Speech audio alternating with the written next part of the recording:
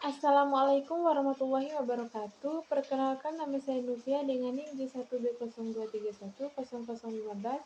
Di sini saya akan menjelaskan mengenai evaluasi kesesuaian lahan tanaman jagung di Kabupaten Dompu. Langsung saja ke latar belakang. Kabupaten Dompu memiliki kondisi topografi yang beragam, mulai dari dataran rendah, perbukitan, hingga daerah pegunungan yang dipengaruhi oleh keberadaan Gunung Tambora. Kondisi tersebut menyebabkan tingkat kesesuaian lahan untuk budidaya tanaman jagung berbeda-beda pada setiap wilayahnya.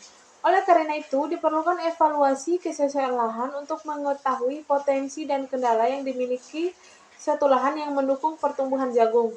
Evaluasi ini dilakukan dengan mempertimbangkan berbagai faktor seperti kemiringan lereng, tekstur tanah, curah hujan, dan drainase pegunungan lahan.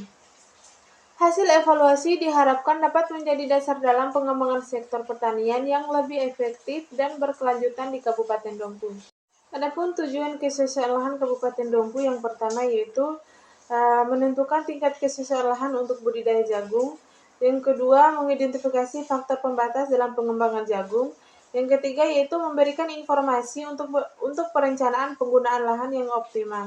Parameter evaluasi kesesuaian lahan di Kabupaten Dompu ada 3 jenis, yaitu yang pertama temperatur, yang kedua curah hujan, dan yang ketiga drainase.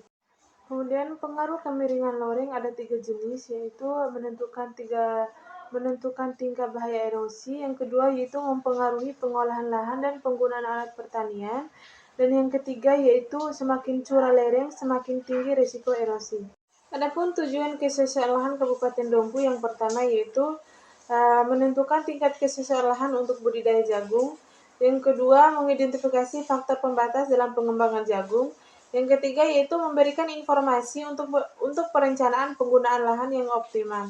Pada tabel kedua dapat kita lihat syarat tekstur tanah, yang dimana pada tabel tersebut sudah tertera kelas tekstur tanah dan tekstur tanah.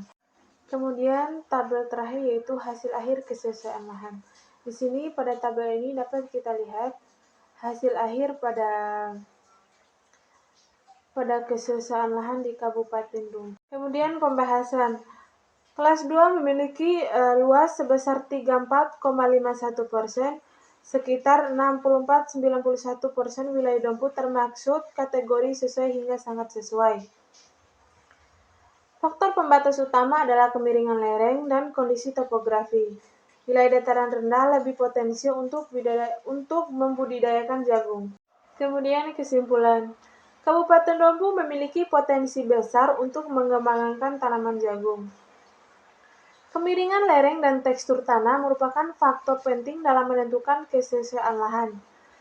Mayoritas wilayah termasuk kategori kelas 1 dan kelas 2. Sing efektif digunakan dalam evaluasi kesesuaian lahan. Mungkin itu saja video presentasi dari saya, lebih dan kurangnya saya mohon maaf.